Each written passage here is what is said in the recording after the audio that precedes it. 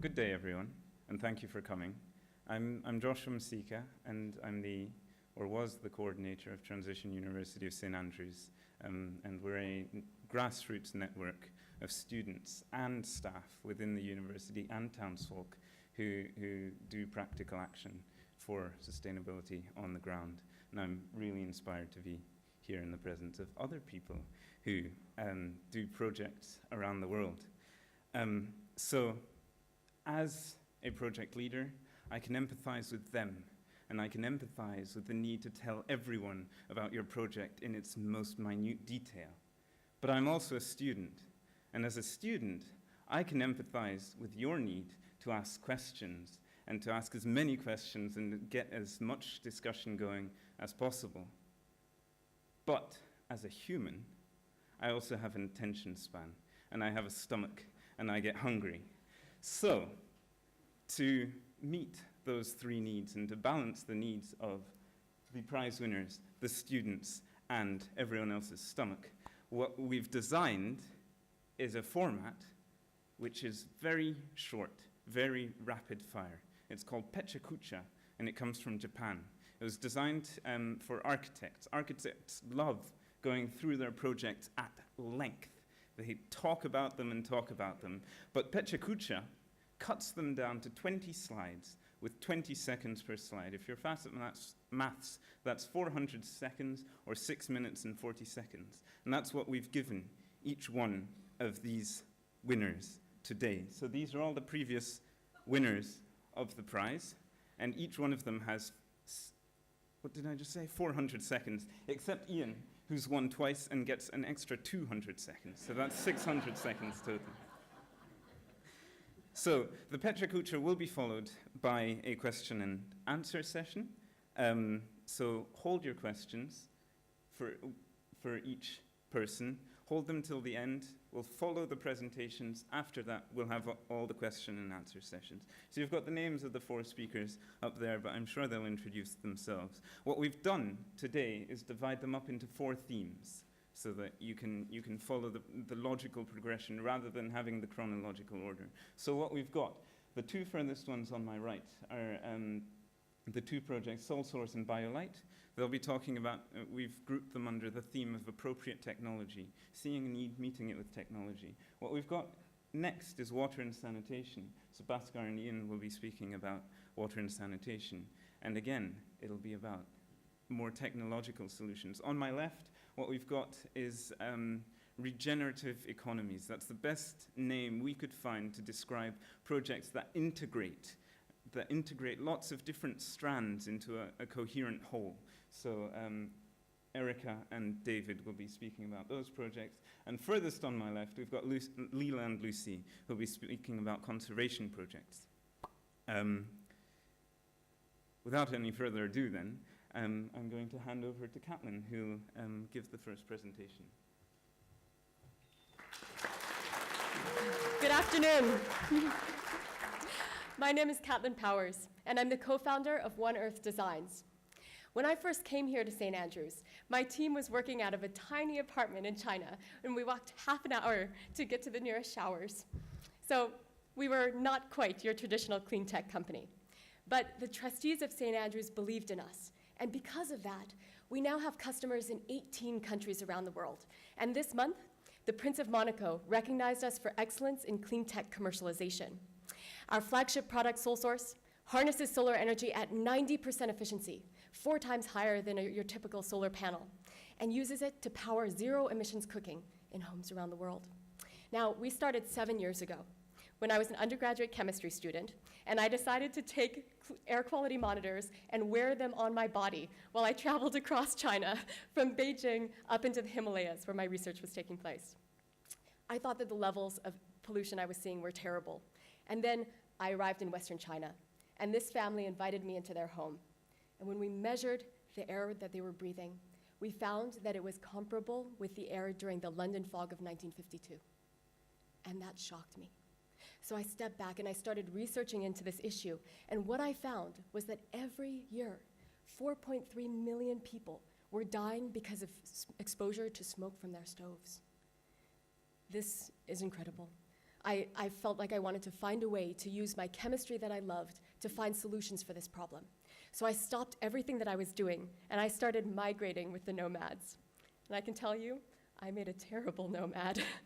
I could only carry about half as much water as most of the other women could. I could never find the right fuel. I was a terrible horseback rider. But I learned a tremendous amount. And one of the things that I learned was that this problem was much more complex than a pollution problem. It was a fuel problem, and it was a women problem.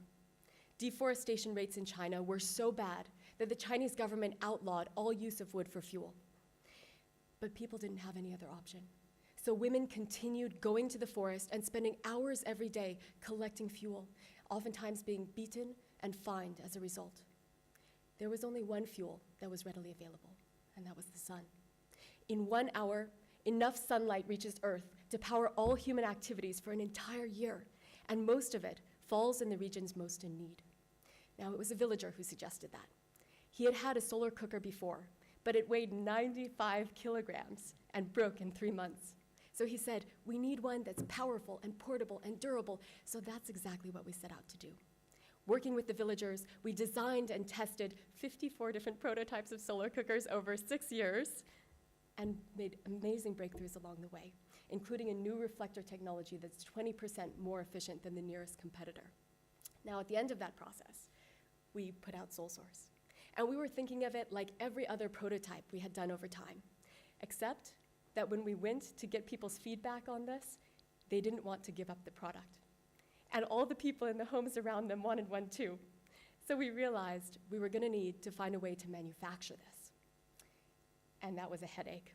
We vetted hundreds of factories looking for ones that met our quality, environmental, and social standards. It was a long process, but finally we developed a responsible supply chain. And because of that, because we thought about sustainability in every aspect of our business, GEARS, the global impact rating system used by investors to compare the performance of companies, gave us the highest score yet on record. This was a huge accomplishment for our team, and we felt like we're finally ready now to go out there, produce this product, and get it into people's homes. And when we did, we saw something amazing. Men actually started getting interested in cooking. They were coming home from herding early so that they could stand out next to SolSource and show it off to their friends. And women were going to collect water and gossiping with each other about the latest recipes that they had learned to cook on SolSource. And with that amazing customer interaction came good impact. In 2013, people cooked more than 400,000 meals on SolSource. SolSource abated 4,000 tons of carbon dioxide, saved 50,000 working days for women, reduced indoor air pollution by 30 to 80%, and for every $1 that customers spent on SolSource, they saved between $11 and $26. Now, the problem we faced was that many people had trouble affording the technology. So we decided to try something a bit unusual. We'd been getting interest from people all around the world, and so we started offering SolSource to customers in developed nations and giving them the opportunity to offset the costs for families in Asia and Africa. The campaign was hugely successful, and we ended up with customers in 18 different countries around the world, just in the course of 1 year, that expansion. Now, when we started delivering into developed nations, people called us up and said, I just spent 15,000 pounds to put solar photovoltaics on my roof, and nobody can see them. So I love that I can put SolSource in my backyard and share solar with my friends through this fun activity. And I don't know if you guys know, but just in 1 day, on the 4th of July in the United States, American grills produce more carbon dioxide than many African nations produce in an entire year. So when grillers got a hold of this technology and they saw that it could cook a 6-inch steak in 5 minutes, they went wild over it. Earlier this month, we put SolSource up on Amazon. It already has 9 reviews, all 5 stars. People have been cooking vegetables and steaks and sausages and s'mores and bread on it. There's been this great response. But we have another challenge. And that's that very few people know about us yet. So that's what I'd like to ask your help with today. If you guys all go home and you post up on Twitter and Facebook about SolSource, linking to our website, oneearthdesigns.com, that'll be a huge step towards grilling green right here in the UK or the United States or wherever you're from. and helping people in Asia and Africa gain access to clean energy along the way. So I hope for your help with that, and I want to conclude with a quote from one of my favorite people, Aristotle. He said, "Where the needs of the world and your gifts cross, lies your calling." So I want to encourage all of you to go out there into the world, find where that intersection is, and let's start making the changes that we need to see. Yeah, thank you.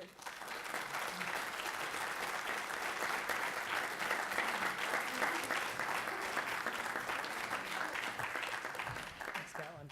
Hi, I'm Jonathan Hartog. I'm one of the co-founders of Biolite. And Biolite, it really aims to help families around the world meet their domestic needs with reduced impacts on their own health and the health of the environment. So this is a shot of a typical kitchen in India where there's an open fire and they're burning solid biomass to serve their cooking needs. This is a practice that's been in place for thousands of years, and people have adhered to it. And 3 billion people around the world use this practice to sustain themselves for cooking. And the implications are pretty significant. There are extremely high rates of childhood pneumonia and pulmonary disease as a result of these open fires inside the home. And so our aim is to help them burn more efficiently and more cleanly. There are a number of stoves out there that burn solid biomass as well. They fall into two categories, passive stoves and fan stoves. However, while they improve the emissions performance of stoves, they aren't that widely demanded because there's really not that much differentiation from just a three-stone fire. But at the same time, there's also a tremendous amount of demand in these communities for things like cell phones and LED lights. And so in places like India, they've started up over 100 million recent cell phone subscriptions in the past few years. And so there's a huge demand there and a need that hasn't really been met on the charging side. So our stove takes the energy from the fire, and a portion of that energy that's wasted heat is converted into electricity. We run a fan with that electricity and jet air into the flame and make it burn more efficiently, and then provide a portion of that electricity for charging for cell phones, lights, and other devices that these communities are demanding. So the particulate matter and carbon monoxide reductions are pretty significant, about 90% on both accounts, and it burns only about half as much fuel as a traditional three-stone fire. And this is about on par with other state-of-the-art clean-burning stoves, but what's unique about it is it also offsets their electrical charging needs, so it's much more broadly demanded. So what I'll do is I'll share a few things that we've learned in the field since winning the prize and having the opportunity to go out and put this theory to test. So we've observed that it's mainly the women and the children that are doing the cooking. They're the ones that are bearing most of the cost of these emissions and are suffering the health consequences. But it's the men that really make the purchase decisions in many of these families. And so engaging them in cooking and just what it means to have a good functional stove has been really meaningful for the marketability and ultimately the adoption of the product. We've also observed that fuel savings is incredibly meaningful. So there are two pieces to this. One is an economic piece. For families that purchase their fuel wood, it can result in a pretty significant savings for them. But families also spend a tremendous amount of time just searching for this wood week in and week out. Many of the ones that we work with spend about 20 hours per week just looking for fuel to support their cooking.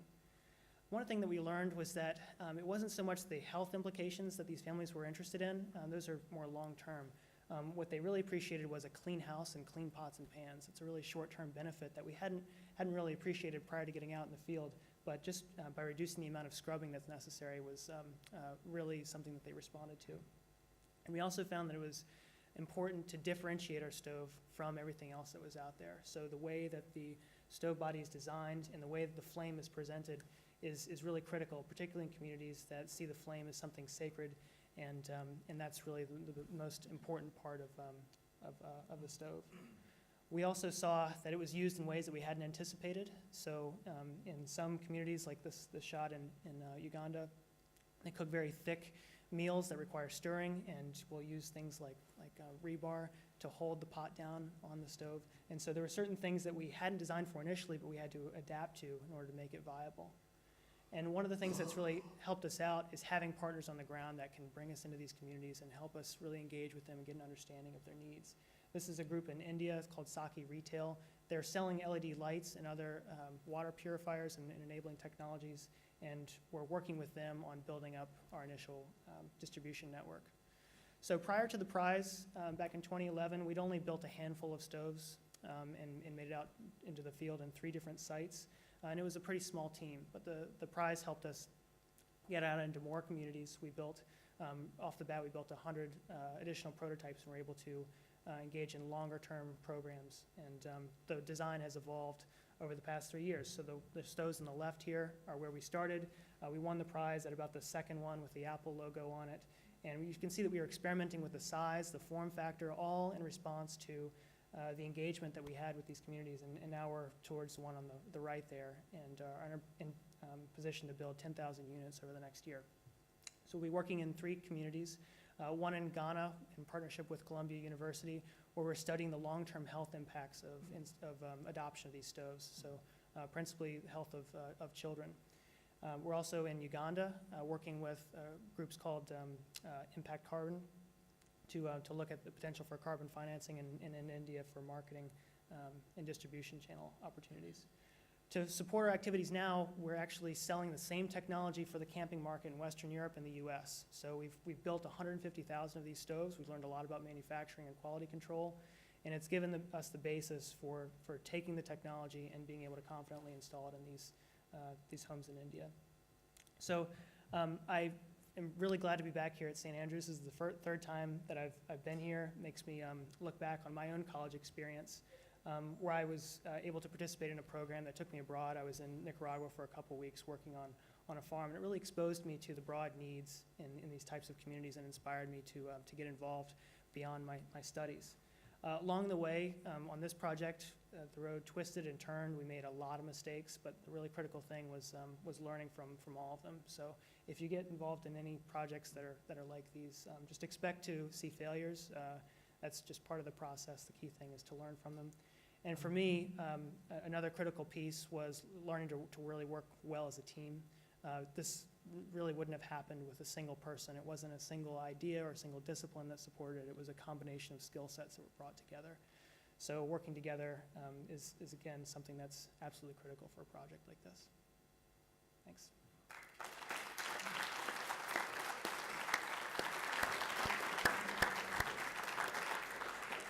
Wow, take a short breath. That's pretty intense. So, thank you, Catlin and Jonathan. I hope you got a flavor of appropriate technology, or what I mean by that. It's identifying a need and developing different solutions according to your own skill set, but also according to the exact nature of the problem that you identify. And that's exactly what Catlin and Jonathan have done. So, hold your questions and write them down. And thirdly, if you do use Twitter and you are addicted to your smartphone, then use the hashtag 8changeworld, and you can post your questions there, and Rona will be reading the Twitter feed and will actually be able to ask your questions. So if you don't want to ask the question yourself, post your question on the Twitter feed, and Rona will be able to ask that question when we come back to the question and answer session. The next section that we're going to move right on to is water and sanitation. So I'm just going to let the winners speak for themselves. That's you, Bhaskar.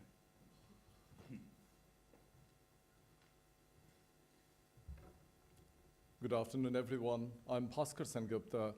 I run a charity for Queen's University Belfast in South Asia and Southeast Asia on arsenic remediation from groundwater. Some of you will know that arsenic doesn't have any color, any taste, or any organoleptic properties by which you know that arsenic is present in water. It's extremely poisonous, that all of us know this, and is also known as king of poisons or poison of kings. And arsenic in the Bengal Delta or in other places were not really reached an alarming level until 40 years ago, when the change in agricultural practices caused a release of arsenic from the groundwater, from the silt in the groundwater, and the level was so high that many people, thousands of people, were affected by this. The current estimate is nearly 170 million people are affected in 70 different countries. And the form of disease could vary from skin cancer to other organ cancers, and even type 2 diabetes leading to other serious complications. So in our process, what we do is we pump water out from the shallow aquifers, and groundwater, generally very low in oxygen, is one of the reasons why bacteria release arsenic, because they need a kind of electron acceptor in the language of chemistry. So we aerate it by spraying in a tank using ordinary shower heads and release a part of it back to the aquifer under gravity. And that stops the further dissolution of arsenic. And not only that, it also causes it to precipitate along with iron and manganese, which are the common elements on which it binds, back to the aquifer sand in a form and shape that sort of way it existed for millions of years. The technology is very simple, but it never existed in any form and shape anywhere, and we literally developed it from the drawing board and tried it out in the Bengal Delta for the first time. This is the description of the grains on which the arsenic is bound. In fact, this is the way it existed for millions of years, and the dissolution of arsenic from the soil grains and appearing in the groundwater is a phenomenon that was observed only 40 years ago.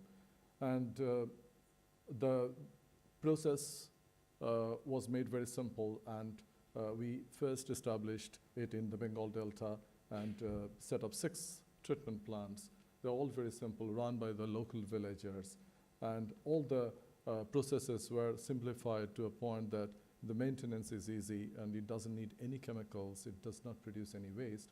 But we also tried it out for a large-scale system in Malaysia and a few other places. And in those cases, the designs were a little more complex, but it worked very well. We needed sophisticated instruments for groundwater mapping. But going back to the simple process where we have set up the few plants in the Bengal Delta, as you can see, the rural communities come and collect water.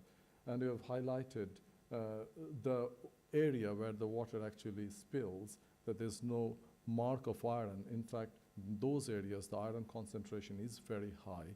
When you don't see iron, it's actually as an indication that it traps the arsenic and it goes back to the soil in the native form. We call it arsenopyrite. But for a very large system, this kind of observations are not good enough, so we need sophisticated instruments to map the water flow in the aquifer. When it comes to cost, these plants are very cheap to set up. There's about $5,000 US, and it produces 20,000 liters. It's a very conservative estimate, 3,000 or 4,000, but we can go up to 20,000 with a very marginal cost increase. And they have a very long life. They last for 25 years without problems. They have very little maintenance cost. No chemicals are ever used. And also they don't produce any waste. If you compare our technology, which is known as SAR technology, with available technologies in the market, you will find that the available technologies usually use kind of adsorbent, which traps the arsenic, and then disposal cost is very high because you need secure landfill. And in our process, we don't see anything on the ground. It's all happen in the aquifer region. It's very cheap, very little maintenance cost, no chemicals are ever used, no sludge is ever produced. And we believe this is a permanent solution. We've also tried it for irrigation purposes. And this is very close to Phnom Penh in Cambodia, close to the Mekong River. It's probably 50 years from the age of the water. This is solar plant. It doesn't even use electricity. And it produces 15,000 to 20,000 liters of water. And this plant is being replicated throughout Southeast Asia at the moment. And again, this is very green, doesn't use any electrical power. It does not use any chemicals or produce any waste. So large-scale implementation we have tried in Malaysia first, and then we are doing in other places as well. But there, of course, the process is slightly more complex because we have to measure the groundwater flow. We have to map it. We have to know where to recharge the water, where to draw it from. And probably the next slide will show you how difficult it was. We tried it in a 45-acre site, and it was very, very successful and all funded by the Malaysian government. At the moment, the technology is officially approved in 4 countries, but more countries are adopting this. This is the location of different observation wells and pumping wells. And this is roughly 43.4 if you take this fence and all fence areas, and that's about 45 acres. And we are going to set up 100 million liters, MLD, this million liters a day plant here. That'll be the biggest using our technology.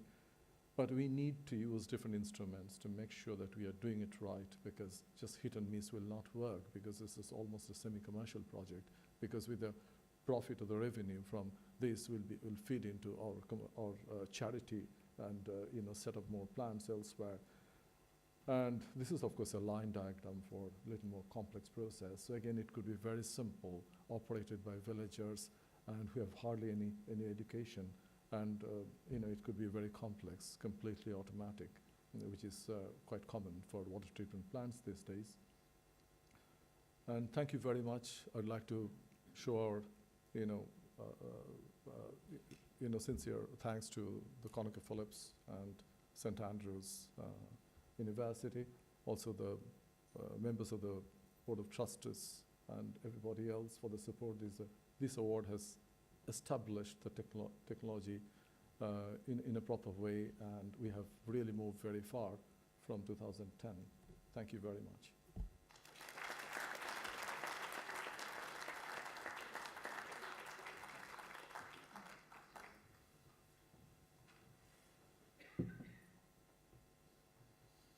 Good afternoon, ladies and gentlemen.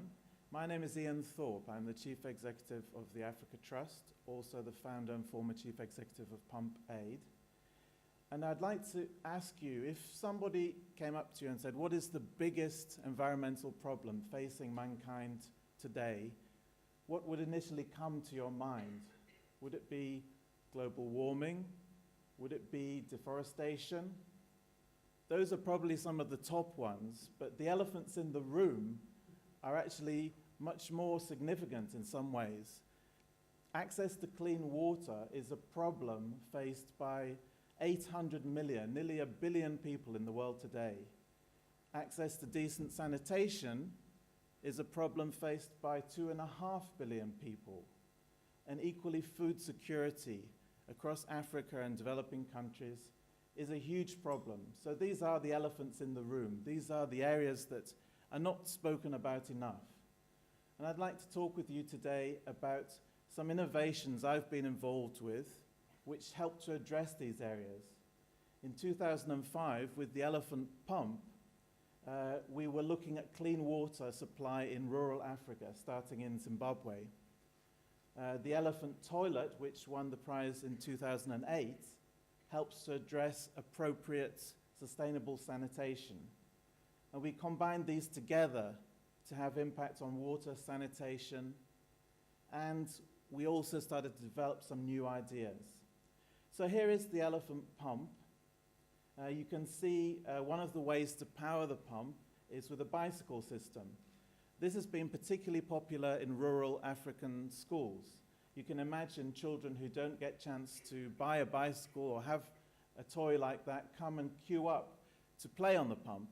And this has even been a problem with water being wasted. So we've had to develop tanks.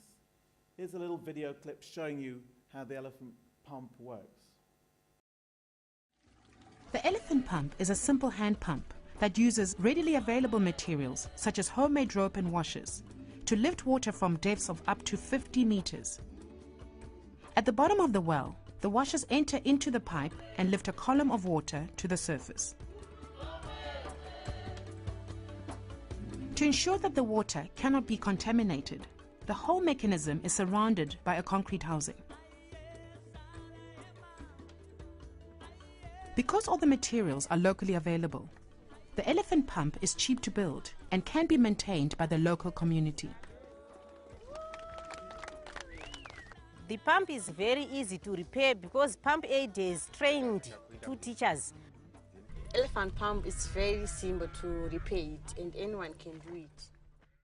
So when you're looking to build an elephant pump, first of all, you have to get access to the water. And very often the water table is quite deep. We can lift water from a depth of 50 meters, but with hand-dug wells, you run out of oxygen at that depth when you're digging. So we tend to go up to 30 meters in depth, and then it's lined with bricks and backfilled with sand to be a self-filtering, self-contained system. And so a lot of the work involved is by the people themselves, which gives a real sense of ownership. I'm pleased to say this project has really taken off. Since winning the prize in 2005, we've now reached over 2 million people. And that's talking about today, now as we sit here, 2 million people have used the elephant pump to draw their clean water. We're hoping to reach 10 million by 2020. And the key has been that people can make their own spare parts, and it's easy for them to maintain. That's been the real key. We've also had some important business partners. The most important, Aquaid, which is a company that produces water coolers in the UK, has been our partner from the very early days. And you can see their contributions have grown as their business has grown. And they link their business with the elephant pump. They tell the customers that if you use Aquaid water coolers, you help provide water in Africa. And we've had more than £4 million in funding through that partnership. Thirsty Planet is a brand of water which I launched in 2007, sold in the UK supermarkets. A more ecological brand of water because it uses recycled plastic. And each bottle that you buy provides money for clean water for a person in Africa for a year. And there's a fixed donation, 10 pence on a litre bottle, 5 pence on a small bottle. We've produced over £1.5 million in funding from that partnership. But as we all know, water alone is not a solution. And what I mean by that is that although you can establish clean water supplies in villages, in schools, you will not have the same impact on health unless you also address the related area of sanitation. And this shows a typical situation in the bush, near a school, near a homestead in Africa. That's just a path going off into the bush. And you can see at the end of that path, there's a little bit of white cloth. What you'll find there is open defecation, and that cloth being used as reusable toilet paper. So that's the situation that exists across very large areas of Africa. Parts of Malawi, it's very common. And so we're looking at how do we address that. We developed the elephant toilet. The elephant toilet is a very cheap toilet to build with a number of innovations. You can see standing on the ears of the elephant there's a trunk which takes away most of the urine and diverts that into a secondary pit. And that's very important for the chemistry of what goes on in the toilet. Because if the urine goes into the main pit where the feces are, it kills the bacteria involved in decomposition, the pit fills up quickly. The toilet only costs $40 to build, which is a fraction of the cost that most toilets, the aid agencies, are building in Africa at the moment. The diverted urine contains 90% of the useful nutrients in human waste. Most people assume it's in the solid waste, but the potassium, phosphorus, and nitrogen is mainly in the urine, and that provides a rich source of safe manure. And we also developed the bricks further. They're waterproofed bricks. Now, I went into one elephant toilet in Zimbabwe and found a child using this $1 million note as toilet paper. And that may seem extraordinary until I mentioned to you that this note was also in currency in circulation at the same time, which is $100 trillion. And you need 100 tons of the $1 million notes to buy one of these, and one of these buys you a bottle of Coke. So that's why that was happening. I had a bright idea, following on from Thirsty Planet, to come up with a brand of toilet tissue called elephant toilet tissue to provide funding for sanitation. But I'm yet to find a business partner. So if anyone knows somebody at Andrex who can link me up, I think this is another good idea of how to raise money for the sanitation. It's never as sexy, it's never as attractive. Money for clean water is always easier to find. But as I was mentioning, The water itself can be used productively for agricultural use.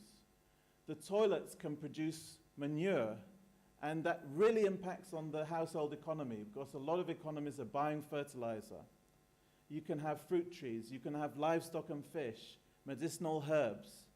You can have dry spell irrigation to keep the maize going through periods when the rains fail. So over the next 7 years, we're hoping to reach 10 million people across Africa. We're already working in 8 countries.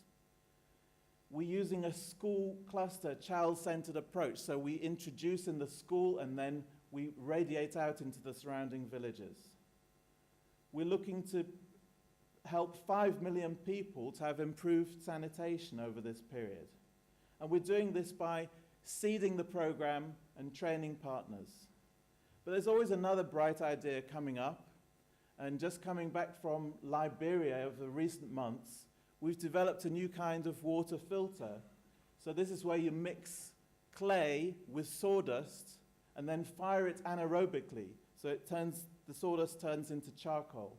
And we've been using these filters together with these pipes made out of waste bottles to take water off the tin roofs, filter it for household consumption.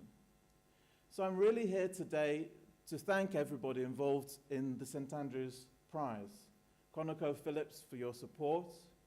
But I just want to pick out some of the trustees who perhaps don't even know the impact they've had on some of the finalists here.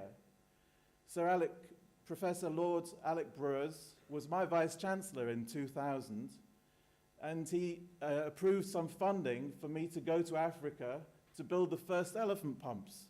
And he probably doesn't remember that.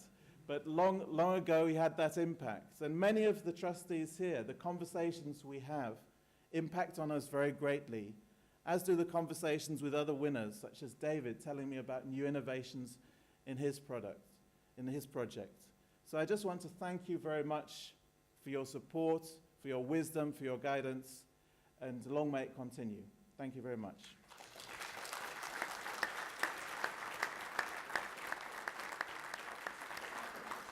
And that was a full 1,000 seconds.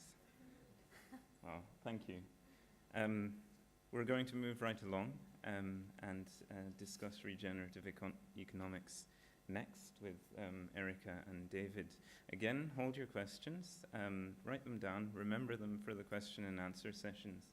I think what came out of these 2 speeches, which actually comes out of all of these, is this kind of the materials are simple. You're not using much in Bhaskar, in the elephant pump. You're using very simple materials, homemade washers, homemade rope, and that just, you need to put it together. You need the person to put all of these things together and to tie all of these things together. So the person's really important. And that's going to come through in the next 2 as well. So I think that's you, Erika. Yeah, you switched the order on us. Hello. Thank you for having me here. I'm Erika Vohman. I'm the founder and executive director of the Maya Institute. We're an American nonprofit organization based in Colorado. I won the St. Andrews Prize in 2006. I like to think of St. Andrews and ConocoPhillips as one of the first investors in our social venture. The environmental problem that we seek to solve with the Maya Institute is the conversion of tropical rainforest to crops and agriculture to feed people. The way we do that, the way we solve this problem is by teaching rural women how to harvest and process the Maya nut for food and income. And in doing so, they learn that they should start protecting this tree, and they even get motivated to plant it. It's one of the most beautiful, I'm a little bit biased, but it's one of the most beautiful trees you'll ever have the honor to be in the presence of. It's one of the largest trees in the rainforest. It's a rainforest canopy emergent, and it can be 45 meters tall. It can achieve a diameter of 2 meters. It's one of the most important species for wildlife. Lots of different species of tropical mammals and birds depend on it. The range of the jaguar, for instance, overlaps almost exactly with the Maya nut tree. So when you lose the Maya nut from the ecosystem, you lose a lot of your wildlife. And that's devastating even to the people that depend on it. And Maya nut was also very important food for neotropical hunter-gatherers before there was there were crop agriculture happening. These two folks are, on the left is a Mayan woman from the village of Oshkutskab in Yucatan. Oops, I'm getting ahead of myself, or behind. So I'm just gonna teach you guys really quickly how to harvest and process Maya nut, because it's a really appropriate technology. It's really easy. The seed falls on the ground, you walk up to the forest, you pick it up, you bring it home, you wash it, and you put it out to dry. It's a pretty easy process. Women can learn how to do it in one day, and our classes are very brief because we can't take too much time out of their busy days. They have a lot to do. And they can use the technology and the equipment they have at home. They already know how to roast coffee or corn to make gruel or porridge, so they roast the Maya nut in a comal, that clay thing. They can grind it with a hand grinder, and then they can cook it in all sorts of their traditional recipes. And our workshops, again, they last one day and they're really fun. The women have a great time. Oftentimes they've never participated in a training or a class at all before. So this is a really special occasion, and they're really able to contribute a lot to the workshop, so they feel very good and empowered when they leave the workshop. So the most important thing in the beginning of our program was the investment in the workshop, and it had all these synergetic effects on women's nutrition and health, family nutrition and health, income, conservation, reforestation, food security, and lots of other things. We started realizing we needed a market so that the market could become the driver, so we could really be a market-driven conservation project. And I brought a sample of our product. This is Maya nut powder, and we're selling it online, and the women sell it also in their communities. And this market is driving all of these effects, and it's really miraculous. One of the problems we had when we wanted to start marketing it in the US and Europe is quality control. They were drying it on the ground. It was coming from places we didn't know who was gathering it, where it came from. Traceability was a big issue. There was a lot of child labor, and that still continues to be something that plagues us. So we have a series of market challenges. It's a brand new product that most people have never heard of. And there was no supply side and there was no demand. We're totally crazy. Why are we doing this? But again, we go back to wanting to conserve rainforests and at the same time feed people. Maya nut's really special that way.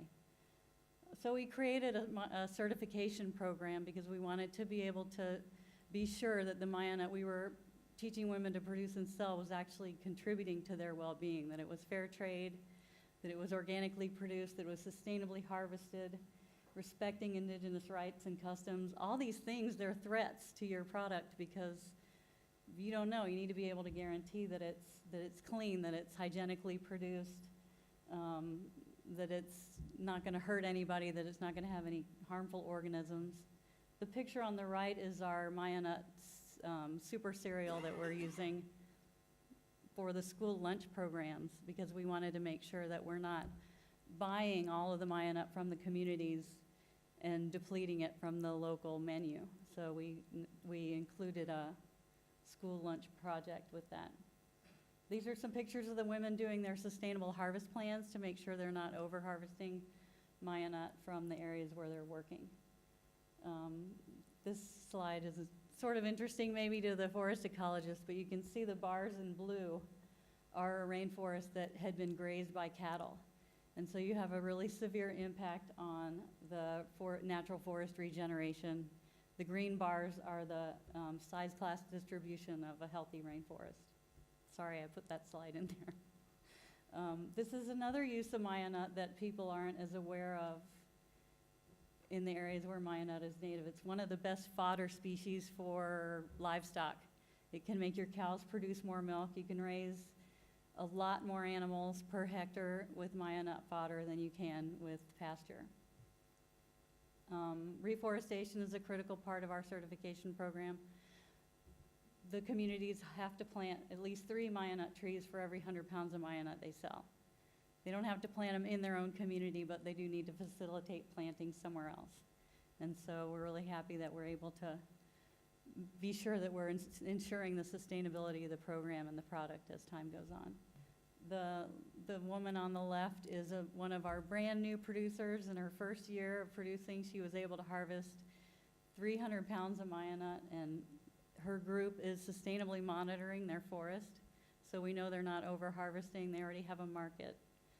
I just met her once, and she's killing it. It's great. These are some of the kids receiving the school lunches, and for every 100 pounds the community sells, we return 10 pounds of Maya nut back to the schools as part of our Healthy Kids, Healthy Forests Maya nut school lunch program. Oh yes, so we like to envision our work as an investment, and it has all sorts of really wonderful returns on the investment, most of which are healthy kids, healthy forests, and healthy economies. And St. Andrews and ConocoPhillips has been really instrumental in our growth and development, and we're really grateful to be here. Thank you.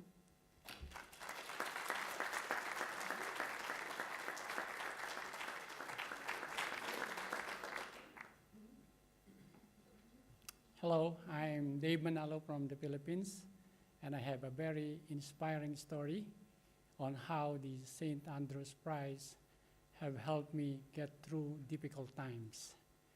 But before that, I would like to tell that my English is not good, so I would suggest that you listen with your heart so that you will appreciate the beauty of the following story on innovation and adaptation. So my project is about harvesting the energy of the river to provide light for the people in remote areas. Note in the slides that the hydropower equipment is permanently fixed in the waterways.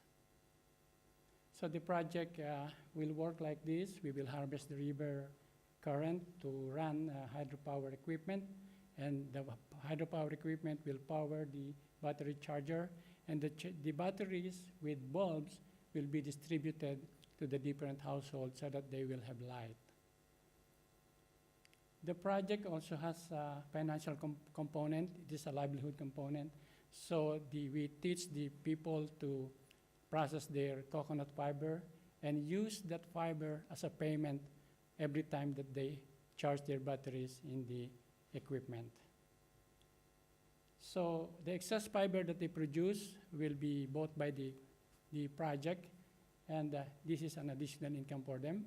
And as well, the project will have additional income because, and use that income to expand the project. We estimated that from that income, we can double the beneficiaries every 18 months, or about 700 beneficiaries by 2014. Unfortunately, that did not happen because of the following. There was a depreciation in dollar, and the fiber business became no longer viable. So I started making a high-value product from the fiber so that I can still sell it. Unfortunately, there was an economic recession, and nobody wanted to buy it. And another problem that we encountered is the climate change. So we have more floods, and it keeps on destroying my hydropower equipment that is permanently fixed in the river. So what I did is I used the money of the St. Andrews Prize to conduct research and development. My focus is how to develop a flood-resistant hydropower equipment. So after 1 year of research, I developed this floating hydropower equipment, and we started piloting it in the field. However, it has to evolve into hanging power equipment, because even if it is floating and the river is dirty, the debris will keep on crushing it and destroy it. So the best thing is to hang it. And with that, by 2014, we were able to generate 3,000 more beneficiaries. It is actually more than what we predicted in 2007. So this is the beautiful story. So in this sense, I would like to share to you my personal passion, and that is I really want to work with the people in the remote areas, because the people in the remote areas are very poor, the most disadvantaged, and they tend to be destructive to the environment. So they don't have water, they don't have light, they don't have schools, they don't have medical services, and they don't have livelihood. So if we can provide them livelihood, I know that we can also save their environment. So these are some of my innovative ideas and projects for the poor in the remote areas. I have a bell and bottle early warning system that will save them against landslide. I have a hospital who will save the pregnant women from dying due to giving birth. And I have a sea-soap water pump that will provide them water. And there are so many things to do. But the problem is there are very few workers. That is why we are needed there. And I invite you to join me in serving the poor people in the remote areas so that we can liberate them from the bondage of poverty and misery and at the same time protect our environment. Thank you very much.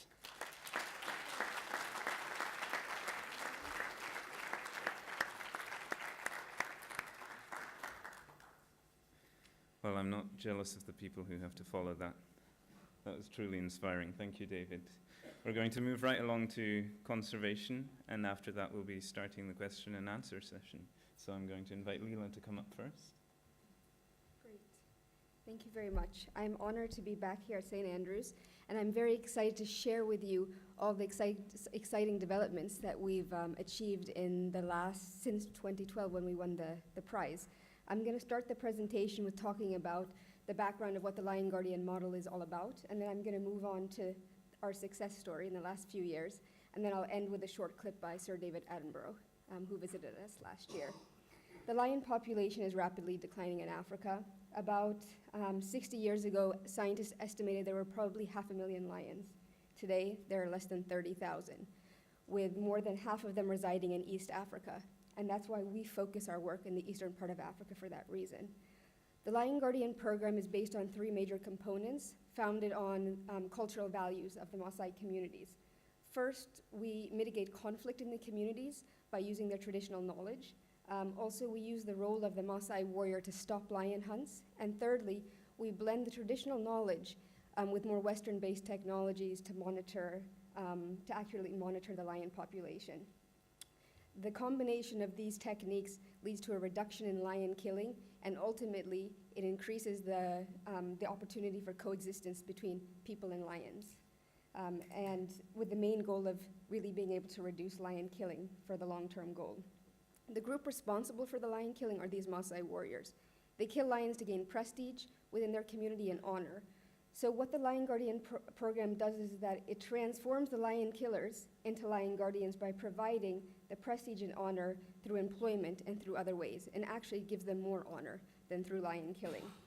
We started the program in the southern part of Kenya around Amboseli National Park about 7 years ago, but since the prize we've expanded to 2 new sites in Tanzania, one in southern Tanzania around Ruaha National Park, and the other one in northern Tanzania around Tarangire National Park. Both of the Tanzania expansions were done in partnership with Tanzanian organizations. Also, lion guardians spend a lot of their time reducing conflict between lions and livestock. They found 30,000 lost livestock since we received the prize in just 2 years. They found a lot of lost herders. These are young boys between the age of 5 and 10 that get lost in the bush, and they bring them back safely. They also reinforce livestock corrals, so lions can't actually enter into people's homes and take livestock. So the amalgamation of these methods has led to a reduction in the number of livestock that are killed, and in turn the number of lions that would be killed in retaliation. So it's very much proactive conflict mitigation that results in an increase in the lion population. Since we've received the prize, we've been able to maintain a 99% reduction in lion killing in the Amboseli area. We've also been able to reduce lion killing in the region in southern Tanzania by 99%, and we've had no lions killed in the site we've just expanded to last year in northern Tanzania. All of these sites were experiencing a lot of lion killing previous to when we were in there. Also, because there's less lion killing, the lion population is increasing. We've almost tripled the lion population now around the Amboseli ecosystem. It's one of the only places in the world where the lion population is actually increasing and not decreasing. We have about 125 individuals in this region now. But also since the prize, we've been able to increase the number of East African staff that we have. We have about 75 East Africans working with us now, both in Kenya and Tanzania. But also we've been able to include a lot more women in our program through more culturally appropriate jobs that we could find them. Also with the St. Andrews Prize, we built a training center we've always wanted to build. We've trained 150 people in the last year since we finished completing it on adult literacy, on appropriate field methodology skills, and it's something that we're actually very excited about, and we're hoping that we're going to continue to work on our training program. Also, with the prize money, we developed an educational film to help facilitate our expansions across East Africa. It's the film that I showed last year when I was here, and it's something we're very excited about. We've shown it to over 3,000 people now in East Africa, and it's in the Ma language, so the community can really understand with it and identify with it. Also, since the prize, we've started our Lions for Life program, so we provide benefits to communities that tolerate living with lions. And here's an example of one of the benefits we provided with some of the other stakeholders in the ecosystem. We provided an eye clinic because it's something that people really needed. Also, since the prize, we've increased our international recognition. We've been in National Geographic, Africa Geographic magazine. We had Sir David Attenborough visit us last year and as part of the BBC Africa series. And we also won the Future for Nature Award this year. The problem is that lions, they don't know boundaries. They're moving outside of these areas where lion guardians are currently operating, where they're protecting them. And it's the lions that you see here, they've all disappeared, with an additional 25 lions that have disappeared in the last 2 years. And I want you to pay particular attention to this female here. This is her when she was a cub. Her name is Nelawai. She's a very good lion. She doesn't eat livestock. But she went outside of Lion Guardian area about 5 kilometers north into a new territory, and she was killed for apparently no reason at all, but she just left that area of protection, and this is how we found Nelawai.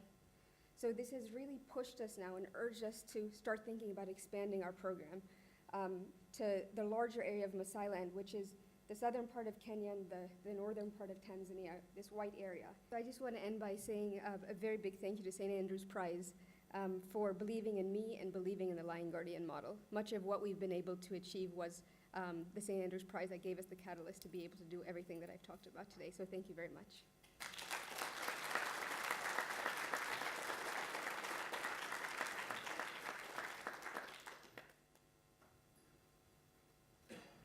Well, thank you very much. My name's Dr. Lucy King. I'm here to tell you about my project, also in Kenya, working with human-elephant conflict, not lion conflict.